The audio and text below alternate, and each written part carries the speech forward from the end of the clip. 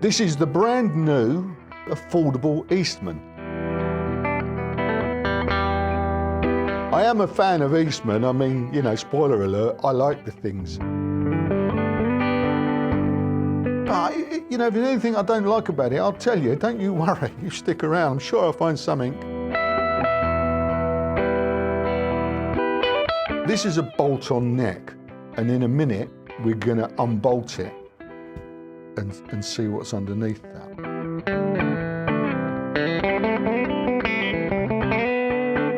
It's proper clever, isn't it?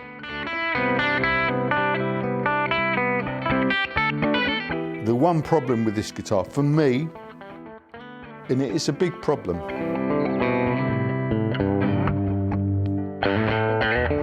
this is tinged with a little bit of sadness for me. The Guitaristas is proudly supported by Gear for Music. Hello, thanks for joining us. Welcome to the Guitaristas. Good to see you. I hope you're well. So this week we're going to review the brand new Eastman Fullertone SC52. That's what this is. SC single cut 52. I think that's a kind of a nod to the 52 Telecaster, isn't it? Because it's sort of based on that layout. Although it's an original. It's an original design, in-house Eastman design by Otto D'Ambrosio, or some such pronunciation. This is the brand new affordable Eastman. This design, I'm getting straight into it today, no mucking around. This design was launched a while back. Well, this shape, all right, I'll show you. I'm familiar with through this, my Eastman Juliet. One of my most favourite guitars. You've seen it on the channel. And this was my guitar of the year last year. Fabulous guitar, set neck, premium parts. It's the bollocks. New range, same shape, premium parts, bolt-on neck. More about that in a minute. But as a consequence of that, I'm told, it's about half the price. This, 799 English pounds. Brand new. This is literally just dropped in the, you saw me come, I went and picked it up last week, didn't I? In the London. Did you watch? Why not? I'll put a link in the description box. Watch last week where I went to pick this up. Fun fact, if you did watch, because I carried it back from London on my back on my motorbike. Fun fact, when I got it out of the case back here, it was still in tune. There you go. Yeah, so I just wanted to, because I think I might have said this is a budget range from Eastman, and I don't think that's the case. I think what we'll find is, obviously this is made in China. Well, so obviously that makes it a lot cheaper. Same as, what am I trying to say here? Same as the Eastmans that I've got. I've got 4 other Eastmans. Yeah, that's 4, isn't it? 4 other Eastmans, and I'm a massive fan, as you might know if you watch the channel. They're all good prices. I think the Eastman set neck range, you can buy them for sort of around about 1,200 English pounds up to about £2,000. And I've got the SB59. I paid less than £2,000 for that. I paid less than £2,000 for the Juliet. But what I've said about those, and the I've got a couple of Junas, the single cut and the double cut. What I've said about them is that they're on par with the best. A lot of people say they're on par with Gibson Custom Shop. Let's use that as a benchmark, if you like. They are. They're so well made. They're so good. So let's get on with it. So to find an affordable one, I immediately said, oh, it's a budget range.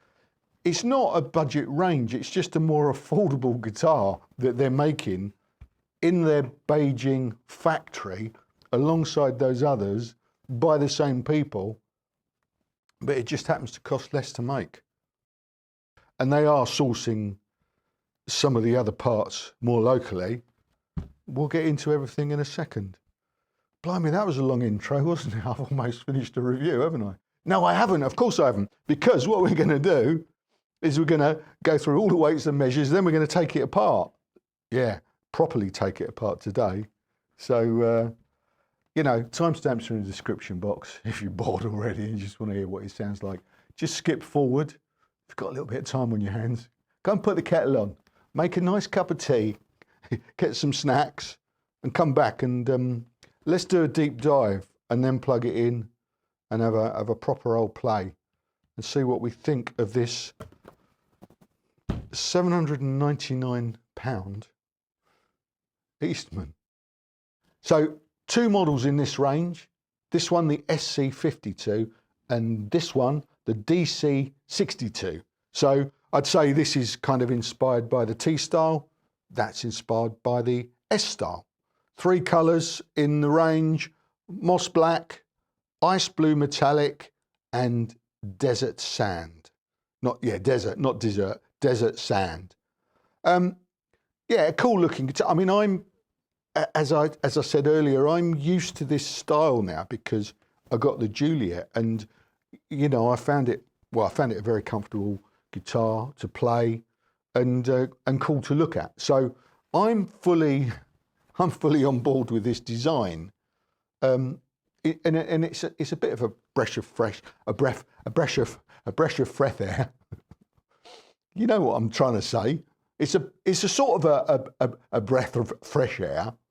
You know, it looks boutiquey, doesn't it? It looks boutiquey. Boutiquey, is that a word? Anyway, on with the show. What's it made of? Yes, it's made of roasted black limber, which is also known as Carina, which, as you all know, is a very well-rated tone wood, and it's very lightweight. Let's weigh it. Here we go. Oh, crikey, £6 12 ounces, which is a tad over 3 kilos. That's nice weight, isn't it? Yeah, cool.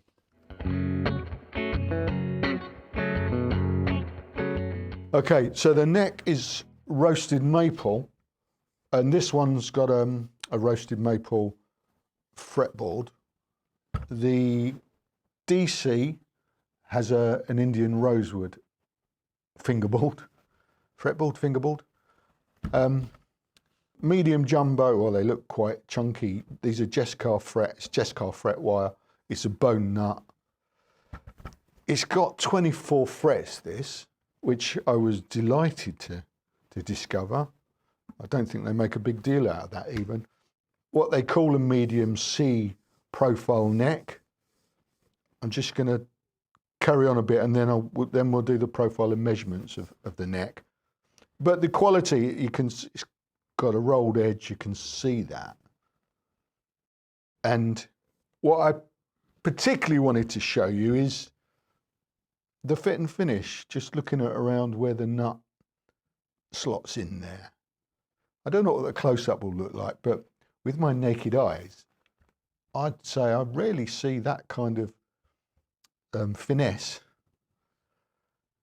And the neck, look at the fit.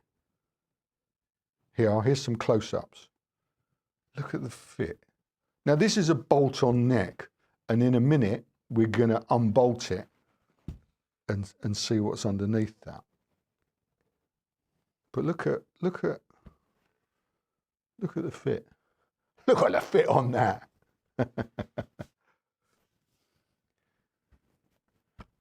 Right, very cool. Right, have you seen enough? Here are the neck profile and measurements on the screen now. Okay, here's the neck profile and measurements at the first fret. And here's the neck profile and measurements at the 12th fret. So in the hand, that feels nice. It feels nice. It sort of feels on the chunky side, but not overly. It's not as chunky as the Juliet, I don't think. Let's have a... Yeah, no, this has got a... This is what I'd call a baseball. Well, a baseball bat, not a baseball. That's round, isn't it? This is, yeah, a little bit more subtle. 12-inch radius, 25.5-inch scale length. Did I say that? Well, I've just said it again if I did. So, without further ado, what we're going to do now is we're going to unbolt this and have a look and see what this is all about. Okay, I hope I don't break it. Now, they provide a tool for this job. Here it is, and in fact, it's a multi-tool because actually someone asked about this. Truss rod adjustment is through this slot, very subtle. There you go. And that's a dual action truss rod in here. I'm not fiddling with it because the setup was perfect.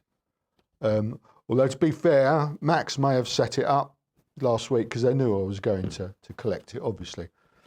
But I suspect not. I mean, I suspect that Eastman guitars, because of the kind of the attention to detail that they put in, I suspect it was already set up. But I don't know, sorry. I am a fan of Eastman. I mean, you know, spoiler alert, I like the things. I love the things. But, you know, if there's anything I don't like about it, I'll tell you. Don't you worry. You stick around. I'm sure I'll find something. Right, that's that. Let's get this fucker off. I bought it. Honest. I did. Honest. Right, so what's all this about then? Oh. Here we go. Is this the first Eastman that's been dismantled on the YouTube? I expect so. Here we go. I wonder if this is a specified torque setting. Oh, comes undone pretty easily.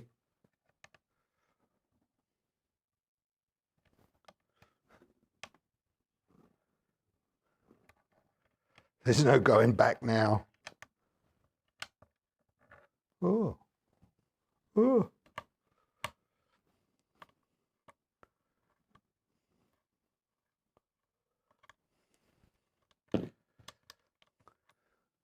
Oh, look, they're different sizes.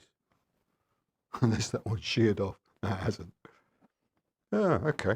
Let's make sure we put them back in the right way. Now, I'm just going to be careful because I don't really know what to expect here. Oh, the brass plate has fallen. Oh, that's nice. Nice bit of brass, that.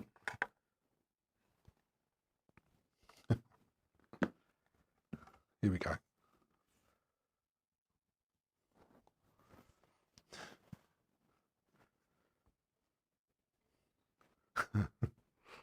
Dear. Actually, what I might do, yeah, what I might do before I go any further is just remove the pick guard because it's not moving.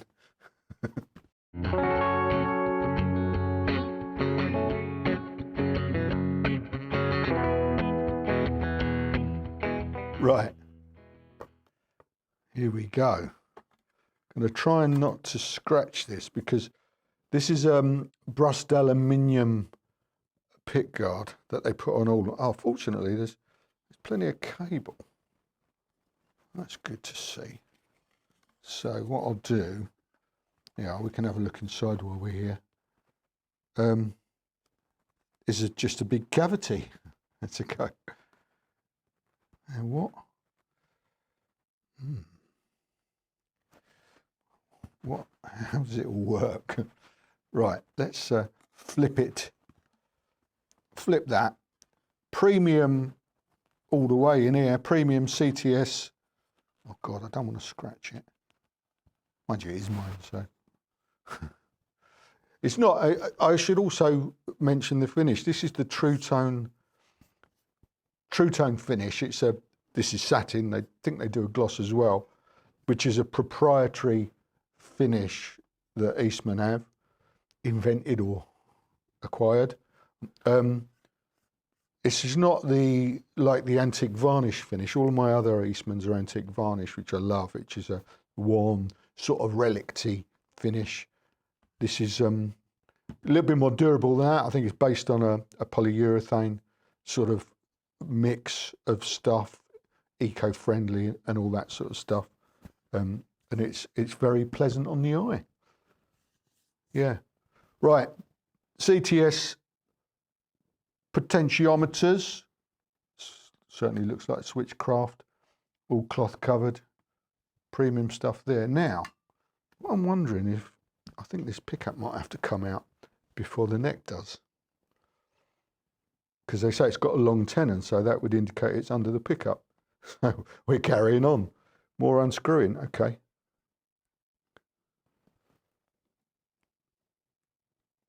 Sorry, Otto. Okay, so this seems like it screws directly to the body, just like the traditional soap bars. Now, while we're on this, we haven't taken any readings yet, have we? We've taken them out and we haven't taken any readings. We'll do that in a second. But this is a tone specially designed by Tone Rider. It's a humbucker. It's just got this cover. Again, an in-house design sort of gold foil looking cover. But it's actually it's a humbucker, and it's a soap bar size. Yeah, that's the other thing, isn't it? Ah, now, see this? I actually genuinely don't know. Ah, it's moving. Ha ha. It just does come out like that. Wow. Look at that.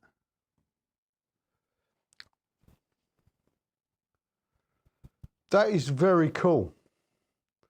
That is very cool. And, you know, they claim 30% more sustain. I mean, it's proper clever, isn't it? Yeah, I mean, it's gonna give you more of a connection, isn't it? There you go.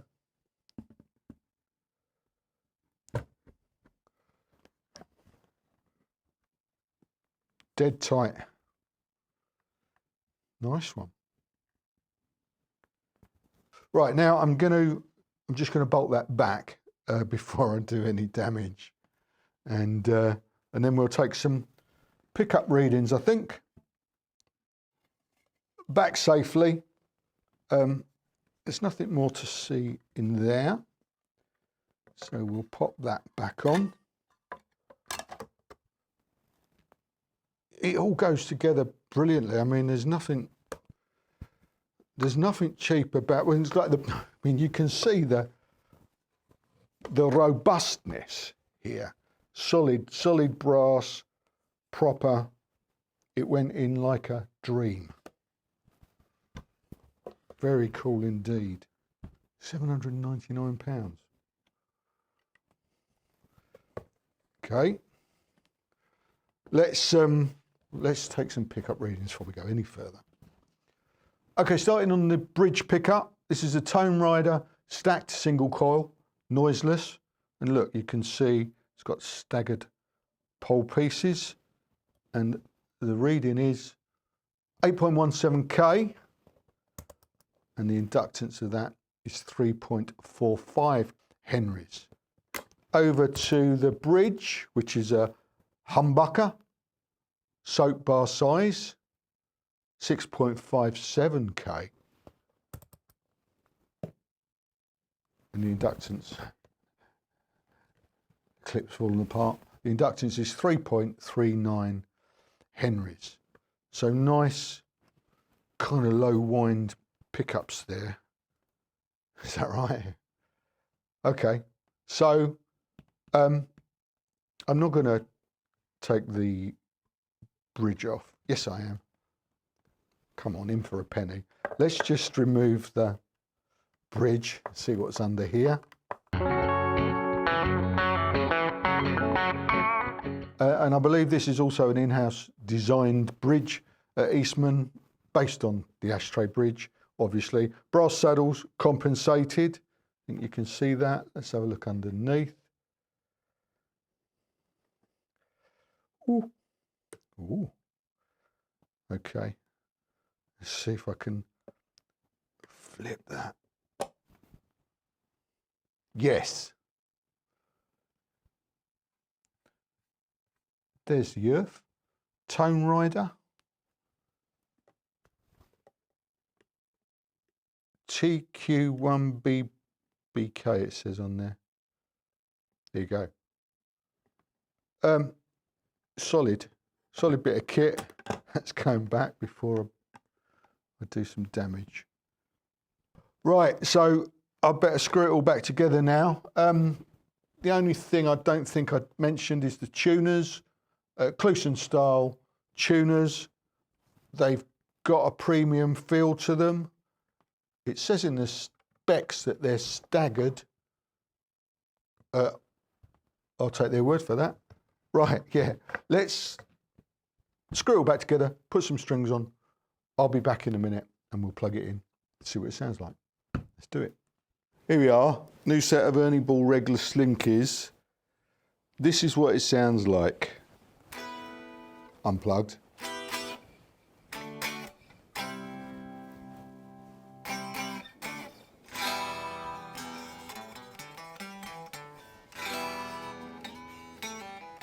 No, you can't hear that very well because it's just a little thingy mic that's picking it up, but it's got a really nice open unplugged sound.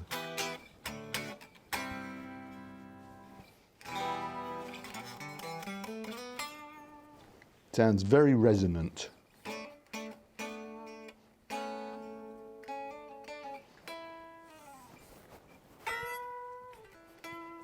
But it's an electric guitar, so that doesn't really matter, does it? What matters is what it sounds like when I do this.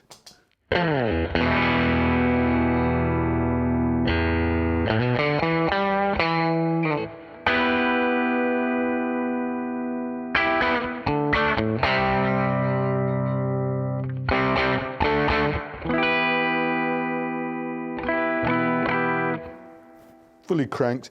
What I'll do is I'll muck around again today with the, I'm not going to talk you through everything. It's boring. Just pay attention to knob cam. 3 knobs. You've got 1 volume and 2 tones. So volume control for both pickups simultaneously or individually, and the tone control. This one is for the neck pickup and this one is for the bridge pickup. 3-way switch, 3-way blade switch. And as you'd very much expect, this position here is for the bridge.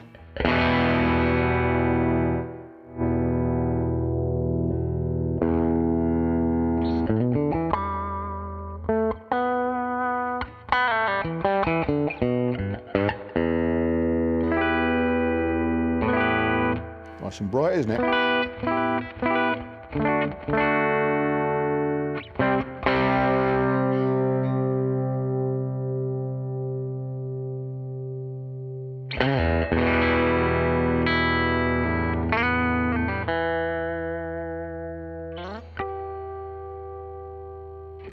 This is the neck. I make myself laugh sometimes. My playing makes me laugh sometimes.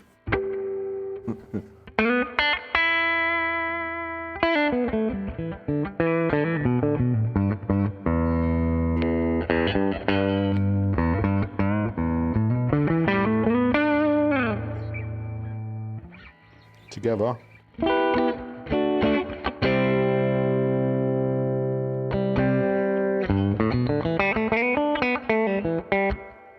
let's put something together and have a listen. Where should we start?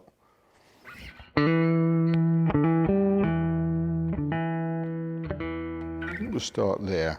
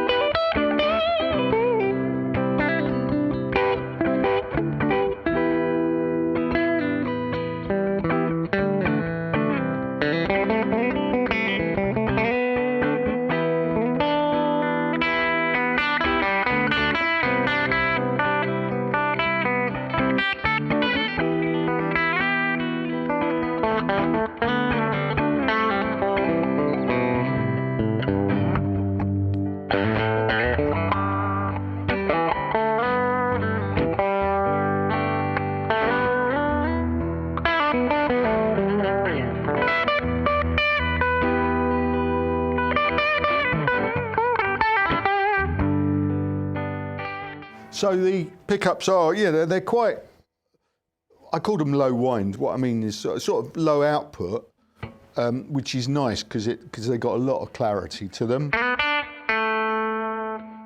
Yeah, really nice.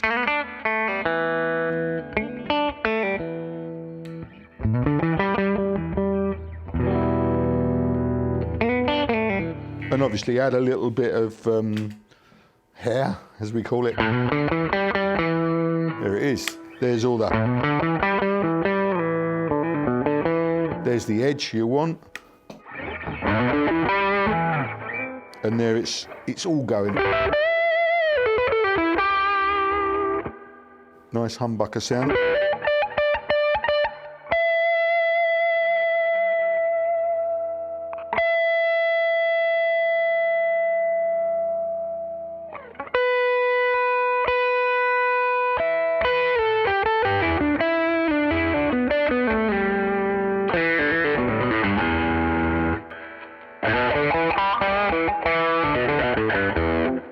So let's see if it does that.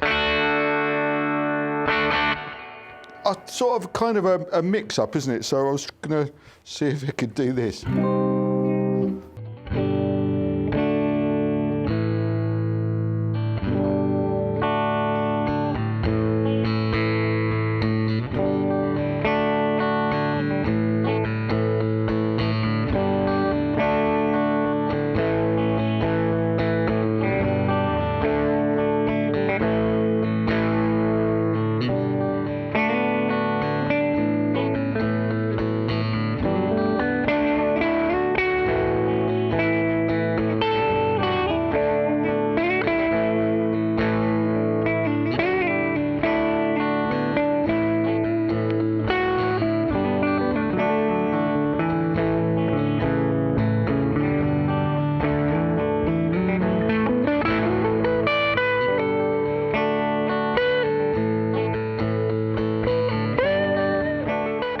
It hasn't got that strat twang, because it hasn't got that, you know, that tremolo block.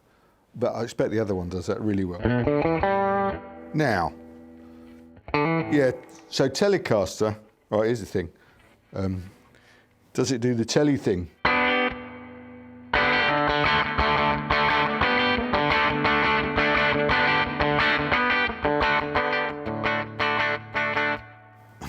See what just happened.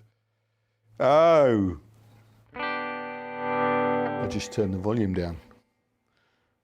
Let's get a bit more of a...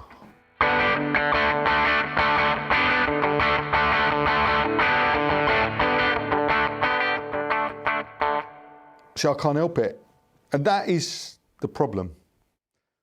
The one problem with this guitar, for me, and it's a big problem, is the volume control is in, for me, the wrong place, like a Strat. It's actually slightly further away from the strings than a Strat, but as you can see, when I do certain things, because of my style, I keep knocking it and turning it down. Because I'm very heavy with my right hand. I do a lot of palm muting and I rest on the bridge, as you should, to palm mute. And as you can see, look, that's right in the way. So I have to adjust my playing with this guitar to not do that. Because if I'm doing, and I do a lot of this stuff.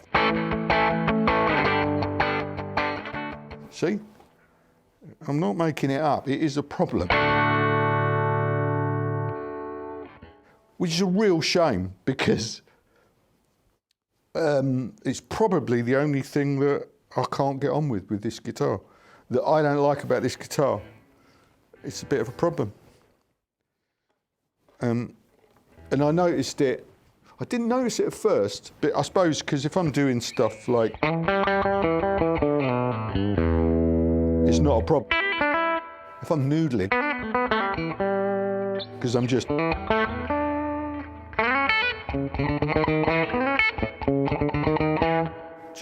stuff, it's not a problem. But it's when I'm strumming.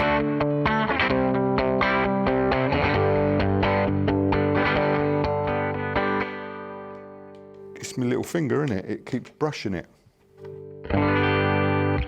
I'm disappointed. But I mean, you know, actually, for a lot of players, that would be a benefit because I know that, you know, it's great for doing swells. I've never done a swell in my life. And I did say, I think I said the other week that I ought to sort of learn to love Stratocasters, and that's one of the main reasons I don't like Stratocasters. The other's the sound that I make with them. Steady. Yeah, an adjustment is required from my point of view. There you go. That's a shame. Right, let's just carry on, do a little bit more playing, and then we'll talk about. Well, I think I don't need to talk about that anymore, really, do we? The volume knob is in the wrong place for me.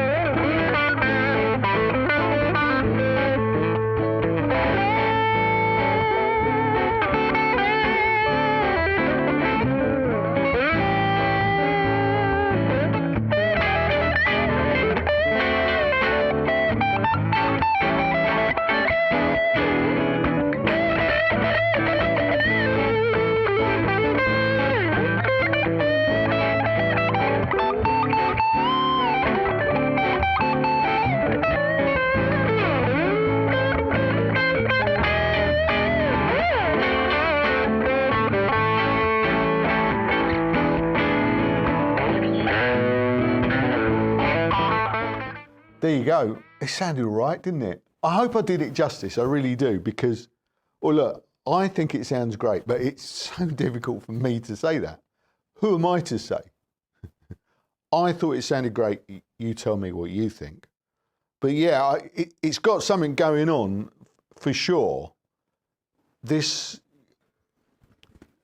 new fangled 2-bolt neck design connection thing, I think they might be onto something there. I mean, it's great to see an innovation like that, isn't it? So this, I mean, how do I sum up this guitar? Great guitar, amazing build quality. I'm going to say amazing build quality, certainly for a guitar in this price bracket. And you could say amazing build quality in any price bracket. That's a bracket. So yeah, great sound, great price. Great look. The beauty is in the eye of the beholder. You tell me, what do you think? Do you like the look of this? As I said, I've lived with it for a while because I've had the Juliet for a while, and when I got the Juliet, I was a bit on the fence until I saw Robert Smith of The Cure play something of a similar shape. His is actually a Schecter, and it's a kind of a similar kind of morphed offset. It is an offset, isn't it? Anyway, that did it for me. I'm like, oh, fuck it. If it's good enough for Robert, I'm in with this, because it's a close cousin of what he plays. It's not the same, and it's not based on that, but it's got that vibe going on. So yeah, I like the look. I like the look. And well, so this apart from the Juliet and I think it's the Romeo, the first of the D'Ambrosio designs, which is this shape basically and stuff. The first one was a Romeo, which I think was a semi-acoustic, and I think that was one of the. I'm not sure. I think that was one of the first LA ones, made in LA. So they do. So what's the point I'm making here? They do a whole range of this model, SCs, 52 and 62, 72s maybe, I think, made in LA. And they've got a small custom shop in LA where they make them and charge a lot more for them, obviously, because they are pretty much completely handmade. I think there's only about 3 people that actually work out of the LA Eastman workshop. But if you don't want to buy Chinese, you can buy LA. You buy USA and pay a lot more for it, of course. We're not getting into any of that discussion on this channel ever. I just want to say, and I'm going to say now in case you've been ferociously leaving comments, there are 2 words at the moment that I've just blocked them really, because I don't want to incite comment. Whatever your views, this is not the place for it. This isn't the place for it. So there are 2 words, the T words I call them, and they're blocked from comments. So if you leave a comment, using one of the T words, I'm sorry, but I probably agree with you. I don't know. How do you know? You don't know what I think. I don't know what you think. And we don't care, do we? Because this is all about guitars. And if any of us end up having to pay more for them, it's a real shame. But, I'm not going to change that here. So let's just actually enjoy what we can buy when we can afford it, if we can afford it. Because, I mean, it's a massive community, this, and it's worldwide. It's not just about that country or this country or the UK, or it's fucking global, right? There are people that enjoy watching this stuff that in parts of the world, and they could never even hope to get their hands on these guitars. So it's about sharing. Anyway, back to this guitar. this is tinged with a little bit of sadness for me, this guitar, because I don't know if I'm going to be able to get on with it because of the knob being in that position there. As I demonstrated earlier, it can be an issue for me. Now, it's funny because obviously in a lot of that playing, it didn't seem to be a problem. It's when I do certain things. I think it's when I get all the downstrokes on. You know, it tends to be, that's when I'm, you know, when I'm rocking away. I keep turning it down. So I'm a little bit disappointed that I might not get on with it, and I might not hang on to it for that reason. I'm going to have to see. I'm going to have to find out and see if I can get over that. But that's really the only thing on this guitar that is for me. For me, it's a negative. I mean, for others, it will be a positive because it's got that strat layout, which is so popular. It's just me that, well, it's not just me that don't like strats, but you know, probably a majority of people do.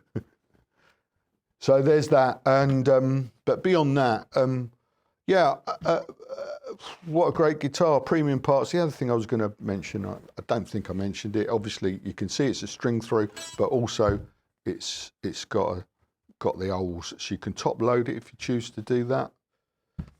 I think that's it. I think that's it for this week. £799 for this one. £899 for the 3 single pickup whammy bar version, which is the SC62. Yeah, let me know what you think in the comments. Don't use the T word or you won't be there. T words or you won't be there. And let's not talk about that anymore. I'm moving on. Thanks for watching. Come back next week and see what we're up to then. I haven't fully decided yet, so that'll be a nice surprise for us both, won't it? Come back next week. I'd just like at this point in the film to say thank you very much for supporting the channel. Thanks to all the subscribers over on the guitaristas.tv channel for supporting us massively. Thank you. And thanks to Gear for Music, our channel partners, for supporting this community without really asking for anything. What can you say? They're stars. The link to the Gear for Music website is, of course, in the description box. So click through that, have a look around. You can buy everything. This is not a sales pitch. They didn't ask me to do this. You can buy everything at Gear for Music. You can buy a stage if you want. Honestly, you buy a stage. You look at their homepage. Well, it might not be on the homepage, but search stage on Gear for Music and you'll see what I mean. Fucking everything they've got. Yeah. Anyway, that's it. Yeah, I'm off. That wasn't honestly, they didn't ask me to do that. It was a freebie. Yeah, see you later. Yeah, I'm going now. Ta-ra.